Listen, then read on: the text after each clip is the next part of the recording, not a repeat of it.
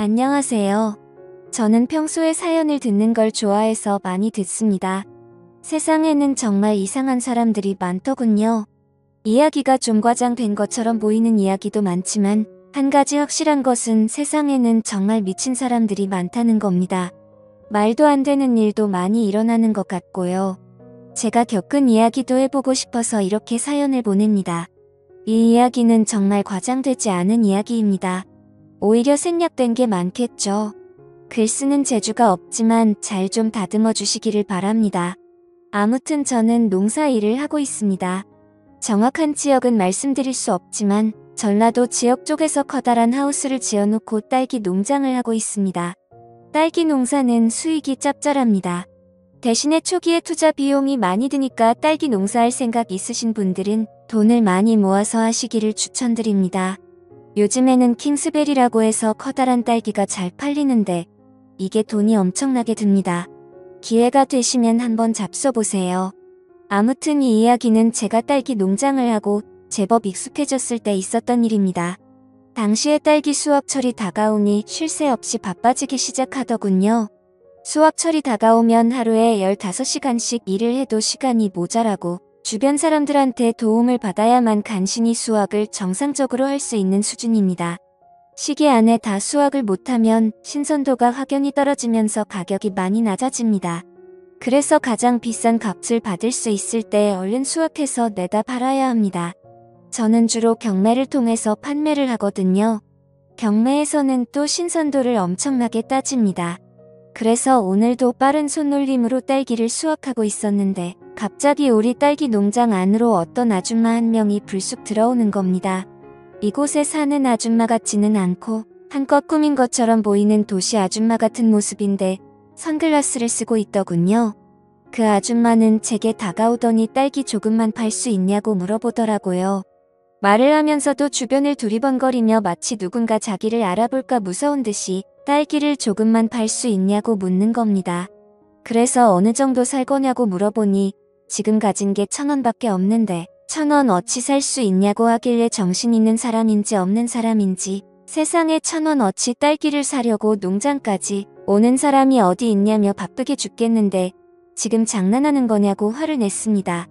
여기는 딸기 농장이니 소매로 나온 것보다 싸게 살 수 있는 거 아니냐고 말하길래 그렇긴 하지만 1,000원 어치는 안 판다고 말했습니다.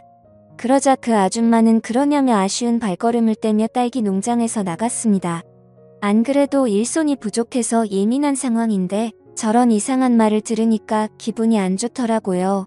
전 속으로 무슨 도시에 사는 사람들이 더 도둑놈 신보가 있다고 생각했고 딸기 농장에 선글라스까지 끼고 와서 1,000원 어치 사겠다는 게 참 어이가 없었습니다. 세상 물정을 저렇게도 모르는지 혀를 끌끌 차며 다시 딸기 따는 일을 시작하고 있었는데 핸드폰 알림음이 울려서 문 앞쪽으로 택배가 왔다는 문자를 보고 나가보니까 택배 상자가 하나 놓여 있었습니다. 그런데 아까 선글라스를 끼고 있던 그 아줌마가 집에 안 갔는지 딸기 농장 밖에서 쭈그리고 앉아 있었습니다. 마치 모든 걸 체념한 듯 햇빛을 피해 그늘에 앉아 있길래 전 아직 안 가고 거기서 뭐 하냐고 말하니까 기다릴 사람이 있다고 하더군요. 전 그러냐며 별 대수롭지 않게 생각하고 다시 농장 안으로 들어가서 일을 하려고 하니까 갑자기 그 아줌마가 저를 불러 세우더라고요. 또 무슨 헛소리를 할까 싶어서 그냥 무시하고 안 가고 싶었지만 대뜸 일할 사람이 별로 없어 보이는데 사람은 안 구하냐고 물어보는 겁니다. 전 그래서 사람이 필요하기는 한데 그쪽이 여기서 일할 거면 생각도 하지 말라고 했습니다. 농사일이라는 게 보기에는 설렁설렁하는 것처럼 보여도 다 기술이 필요하고 근성이 필요한 일이라며 제가 잔소리를 좀 했죠. 그래도 그녀는 할 수만 있다면 지금부터라도 하고 싶다면서 가능하냐고 물어보더군요.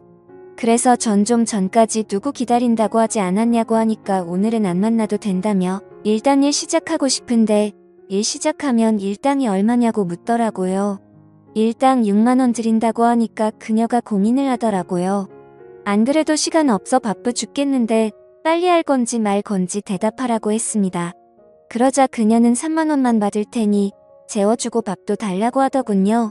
저는 그 말을 듣고 또 어이가 없었지만 아까처럼 1,000원어치 딸기를 사겠다는 것보다는 들어줄 만해서 일단 알겠다고 했습니다. 이 여자도 무슨 사정이 있으니까 여기서 이러고 있는 게 아닐까 싶기도 했고, 무엇보다 일손이 부족해서 제 입장에서도 그다지 나쁘지 않았습니다. 오늘 하루만이라도 괜찮다는 생각이 들어서 일단 알겠다고 옷부터 갈아입고 일을 시작하자고 말하니 아줌마는 고맙다며 저에게 인사를 했고, 그렇게 바로 그 아줌마는 딸기 수확하는 일에 투입돼서 일을 시작했습니다. 그 아줌마는 제가 가르쳐준 대로 몇 바구니 좀 따나 싶었더니 갑자기 아줌마가 저에게 하루 종일 제대로 먹지 못해서 일이 손에 안 잡힌다며 딸기 한 바구니만 먹고 시작하면 안 되냐고 하길래 그럼 그러라며 딸기 한 바구니를 건넸고, 그 아줌마는 정말 맛있게도 먹었습니다. 며칠 동안 굶은 사람처럼 딸기를 먹는데 옆에서 보고 있는 제가 다 입맛이 돋더라고요. 그래서 저도 옆에서 같이 한 바구니를 먹었습니다. 그렇게 한 바구니를 뚝딱 해치우더니 이제 살 것 같다며 다시 열심히 일을 하더라고요. 가끔 대학생들이 농촌생활 경험한다고 10명씩 오곤 합니다. 근데 저 아줌마는 도대체 무슨 사연이길래 이 시골까지 와가지고 저러고 있는 걸까요? 그렇게 한참을 일하니 점심을 먹을 시간이었고 전 아줌마에게 점심을 차려줬습니다. 그랬더니 이 아줌마 점심도 정말 며칠 굶은 사람처럼 개걸스럽게 먹었습니다. 이렇게 개걸스러운 이미지였으면 애초에 선글라스를 쓰지 말든지 똥폼이라는 똥폼은 다 잡아놓고 이제 와서 저러나 싶었습니다. 전 그 모습을 보니 궁금한 게 많아서 도저히 안 될 것 같아 댁이 어디냐고 물으니까 서울에서 왔다고 하더군요. 근데 여기까지 어쩐 일로 왔냐고 물으니 사실은 놀러 왔다가 길을 잃었다고 하는데 도저히 믿어지지가 않았습니다. 대한민국이 무슨 방글라데시 시골 변두리 마을도 아니고 어디서든 전화도 되고 경찰을 불러서라도 집에 가면 되는 거 아니겠습니까? 지금이 조선시대였으면 제가 이해해 줄 수 있겠지만 이런 세상에 길을 잃었다고 집에 못 가는 건 말이 안 된다고 생각해서 저는 이 여자가 무언가 숨기는 게 있다고 확신했습니다. 그래서 살짝 떠보기 위해서 길을 잃었으면 같이 놀러온 일행에게 전화하면 되지 않냐고 물었습니다. 그러자 아줌마는 제 질문에 대답도 하지 않은 채 웃으며 허겁지겁 맛있게 밥을 먹기만 하군요. 여러모로 수상했지만 어차피 커다란 농장에서 뭐 훔쳐갈 것도 없을 것이고 일이나 하고 집으로 가겠지 싶어서 일이나 시켜야겠다고 생각했습니다. 사실 이 여자가 무슨 사정을 가지고 있는지 그다지 궁금하지도 않고 중요하지도 않거든요. 그렇게 점심을 먹고 우리는 다시 일을 시작했고 드디어 딸기 농장에서의 하루 일과가 끝이 났습니다. 오자마자 10시간을 넘게 일했는데도 생각보다 군소리 없이 끝까지 하더군요. 처음 치고 이 아줌마 제법 일을 잘해서 그런지 그래도 저 혼자 할 때보다 수월하게 끝난 것 같았습니다. 아줌마는 저에게 어디서 자면 되냐고 하길래 따라오라고 하며 제가 살고 있는 집으로 안내했습니다. 아줌마는 저를 따라오면서도 집에서 혼자 사냐고 물어보시더라고요. 저는 그렇다고 짧게 대답했습니다.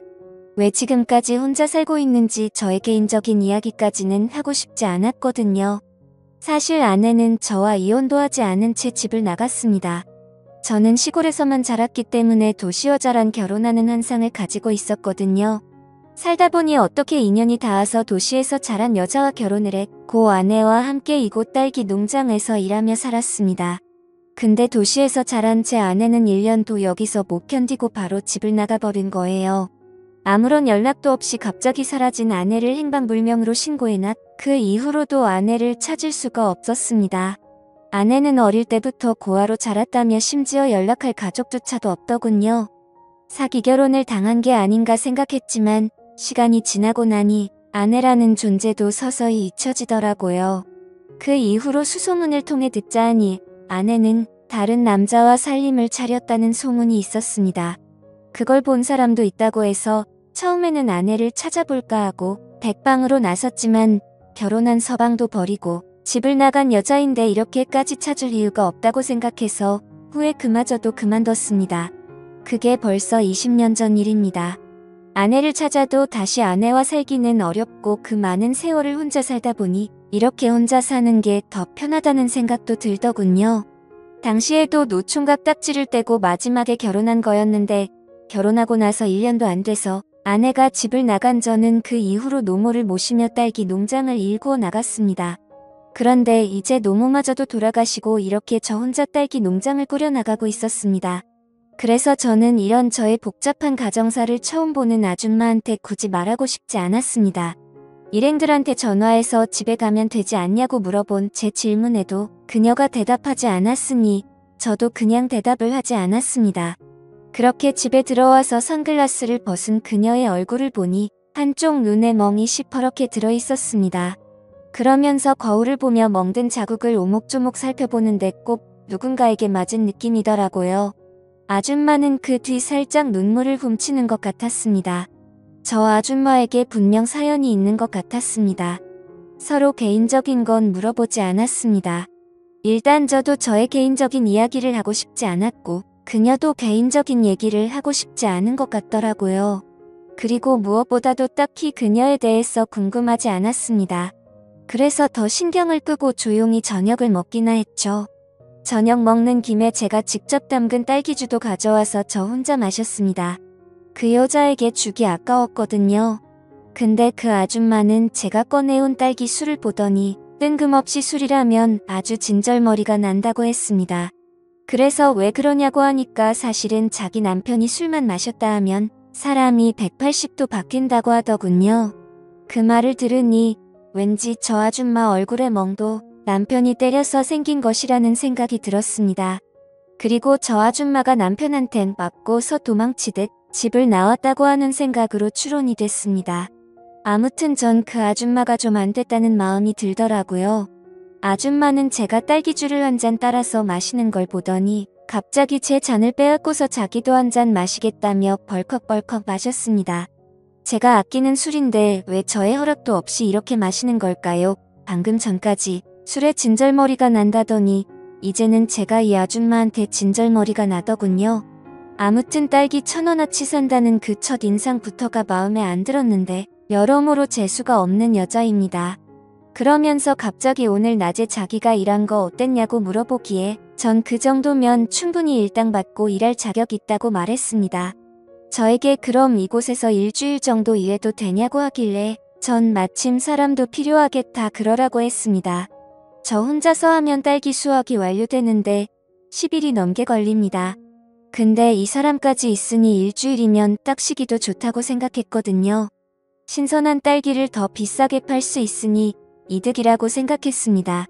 그렇게 해서 그 아줌마는 저의 농장에서 일주일 동안 일하게 되었는데 함께 일하다 보니 제가 그 아줌마에게 정이 든 것 같았습니다. 아줌마는 어느새 선글라스를 벗어던지고 멍든 눈으로 저와 같이 일을 했습니다. 그렇게 저희는 서서히 허물 없이 지내는 사이가 되었고 저희는 서로에게 조금씩 편해졌습니다. 그러다가 이제는 그 아줌마가 떠날 마지막 날이 되었고 아줌마는 농장을 끝내고서 이제 가보겠다고 말했습니다. 그래서 전 하룻밤만 자고 내일 일찍 가라고 하니까 아줌마는 아니라면서 이제 가보겠다고 하는 겁니다. 전 그 말에 아줌마에게 하지 말아야 할 말을 하고 말았습니다. 남편이 때리면 집 나오면 되는 거고 그 남편과 안 살면 되는 거 아니냐고 했습니다. 내 마누라도 나랑 같이 딸기 농장하기 싫어서 집 나갔는데 당신이라고 못할 게 뭐냐고 따졌습니다. 헤어지는 게 아쉬워서 그랬던 걸까요? 저는 그녀에게 괜히 화를 냈습니다. 그제서야 아줌마는 참았던 눈물을 주룩주룩 흘리더라고요. 그러면서 저에게 뭘 알길래 그렇게 말하냐고 해서 솔직히 처음부터 다 알고 있었다고 말하며 그 눈에 멍든 자국이 왜 생겼겠냐고 말하니 아줌마는 하염없이 울기 시작했습니다. 전 안 되겠다 생각해서 그 아줌마를 안아줬고 아줌마는 제 품에 안긴 채 더 서럽게 울었습니다. 그러다가 저희는 한 방에서 같이 잠을 자게 되었는데 아침에 일어나 보니 저희는 여느 부부와 다를 게 없었습니다. 전 이 아줌마와 하룻밤을 함께 보내보니 더 이상 이 아줌마를 누군가에게 보내고 싶지 않았습니다. 저는 그 아줌마를 설득하기 시작했습니다. 나랑 같이 살자고 말 안 할 테니까 일단 그 남자한테서 벗어나야 하는 거 아니냐고 같이 남편을 찾아가서 말하자고 했습니다. 처음에는 거부하던 그녀였는데 그럼 계속 지금처럼 맞고 살 거냐고 물어보니 절대 그렇게 살고 싶지 않다고 하더군요. 내가 옆에서 도와줄 테니 같이 남편에게 찾아가자고 말을 했고 그렇게 그 남편과 마주 앉아서 이야기를 나누기로 했습니다. 그녀의 집에 도착하자 집은 난장판이었고 허름했습니다. 오랫동안 이야기를 나눴는데 그 남자는 이혼하는 조건으로 500만 원을 요구하더군요. 솔직히 돈을 이야기하길래 이혼하려면 1억 원 가지고 오라고 말할 줄 알았는데 겨우 500만 원이라니 자기 마누라에 대한 값어치가 정말 그 정도라고 생각했던 걸까요? 그래서 그 자리에서 현금으로 500만 원을 바로 꺼내줬습니다. 제가 딸기 농장을 가지고 있는 사람인데 그 정도 돈이 없겠습니까? 그러자 그 남자는 술값을 벌었다며 제가 준비해온 이혼 서류에 바로 도장을 찍더군요. 갑자기 딸기 농장에 찾아와서 일을 하겠다는 아줌마나 돈 500만 원에 바로 이혼 서류에 도장 찍는 이 남자나 거기서 거기라는 생각이 들기도 있습니다. 세상에는 정말 미친 사람이 많은 것 같아요. 그 뒤로 2년이라는 시간이 지났습니다. 선글라스를 끼고 딸기 1,000원어치 사려고 했던 그 이상한 아줌마는 지금 제 아내가 되어 함께 딸기 농사를 지으며 살고 있습니다. 집 나간 아내의 소식은 아직도 알 수 없지만 이제 제 아내는 그 아내가 아닌 이렇게 딸기 농장으로 찾아온 아줌마가 지금의 제 아내가 된 것입니다. 물론 딸기만 하는 건 아닙니다. 딸기 농사를 하려면 커다란 하우스가 필요한데 하우스가 상당히 좋은 거라서 딸기뿐만 아니라 이것저것 많은 농사를 짓을 수 있습니다. 매년 365일 열심히 농사를 짓으며 살고 있죠. 새롭게 맞이한 아내인 만큼 담스럽게 열린 딸기처럼 자식도 낳고 행복하게 살아가고 싶습니다. 근데 이 이야기가 전부가 아닙니다.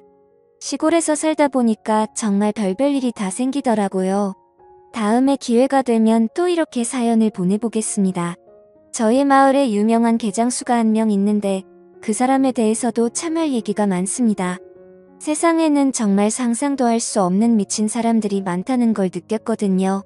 저와 제 아내에 대한 이야기는 여기까지입니다. 긴 사연 들어주셔서 감사합니다. 구독과 좋아요 알림 설정 눌러주세요.